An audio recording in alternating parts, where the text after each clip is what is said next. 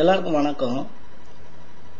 இந்த வீடியோல வந்து சைவம், இது சமயத்தை குறிப்பதல்ல, சமையலை குறிக்கிறது.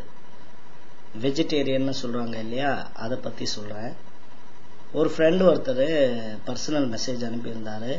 இந்த மாதிரி அவங்க வீட்டில் அசைவம் சாப்பிட சொல்றாங்க, ஆனா இவர் சைவமா இருக்கணும்னு விரும்புறாரு அப்படின்னு கேட்டுட்டு, அதுக்கு வந்து கொண்டாள் பாவம் தின்னா போச்சு அப்படின்னு பேரண்ட்ஸ் சொல்றாங்க, நான் என்ன பண்ணணும்னு கேட்டிருந்தாரு.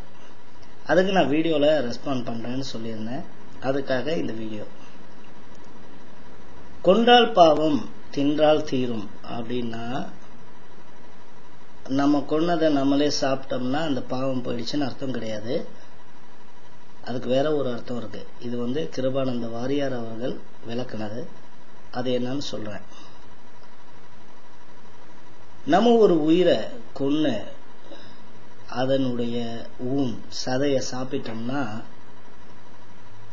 நரகலோகத்துல நம்மளுடைய ஊனை அறுத்து நமக்கே ஊட்டுவார்கள், நம்ம சதையை அறுத்து நமக்கே சாப்பிட வைப்பாங்க அப்படின்னு நரகத்தினுடைய டெஃபினிஷன்ல இருக்கு. அதுதான் கொன்றால் பாவம் தின்றால் தீரும்னு. சில பேர் கேள்வி கேட்கலாம், இறந்து போகும்போது நமக்கு தான் உடம்பே இல்லையே, அப்புறம் எப்படி நம்ம சதையை அறுக்க முடியும் அப்படின்னு. நமக்கு இப்ப எப்படி இந்த உலகத்துக்கு நம்ம முற்பிறவில பண்ண பாவத்தை போக்குவதற்காக கிடைச்ச உடம்பு, இந்த உடம்பு வந்து சந்தோஷத்தையும் துக்கத்தையும் தாங்கிக்கிற சக்தி இருக்கிற உடம்பு. அதாவது இட் கேன் ஐடென்டிஃபை சந்தோஷத்தையும் வலியையும். ஆனா நம்ம இறந்த பிறகு அதே மாதிரி நமக்கு ஒரு உடம்பு கிடைக்கும். அந்த உடம்பு வந்து நம்ம கட்டவிரல் சைஸ் இருக்கும், இவ்வளவுதான் இருக்கும் அந்த உடம்பு.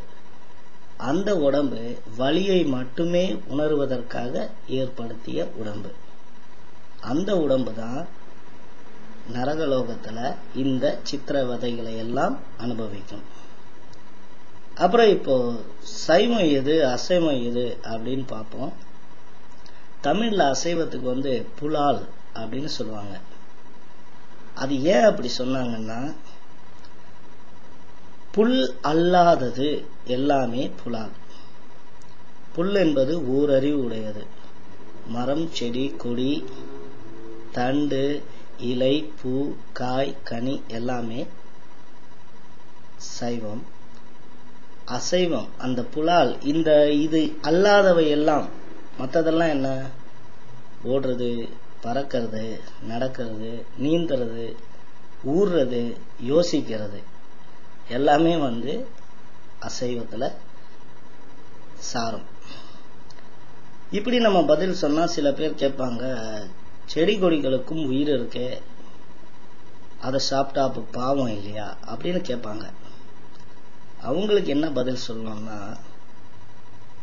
இந்த சைவம் அசைவத்தை பார்க்கறதுக்கு ரெண்டு விதமான வழியில பார்க்கலாம். ஒண்ணு வந்து ஆன்மீகவாதியா பார்க்கணும்னா புல் பூண்டை எல்லாம் சாப்பிடுறது தப்பு கிடையாது. இதே நீ சயின்ஸ்ன்ற கண்ணாடியை போட்டுக்கிட்டு பார்த்தேன்னா நீ அப்புறம் தண்ணி கூட குடிக்க முடியாது. ஏன்னா தண்ணிலையும் அபீபா இருக்கு. மூச்சை சுவாசிக்க முடியாது. ஏன்னா அதுலயும் ஏகப்பட்ட கிருமிகளை நம்ம வந்து சாகடிக்கிறோம்.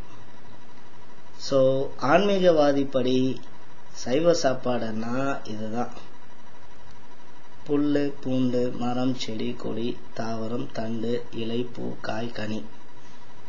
இதுல பால் கூட சேர்க்கக்கூடாது.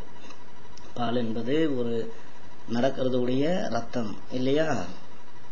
அதனால இதுதான் வெஜிடேரியன். இதுல வந்து உங்களுக்கு ஏதாவது கொஷின்ஸ் இருந்தா எனக்கு வந்து மெசேஜ் அனுப்புங்க, நான் அதுக்கு ரெஸ்பாண்ட் பண்றேன். நன்றி, வணக்கம்.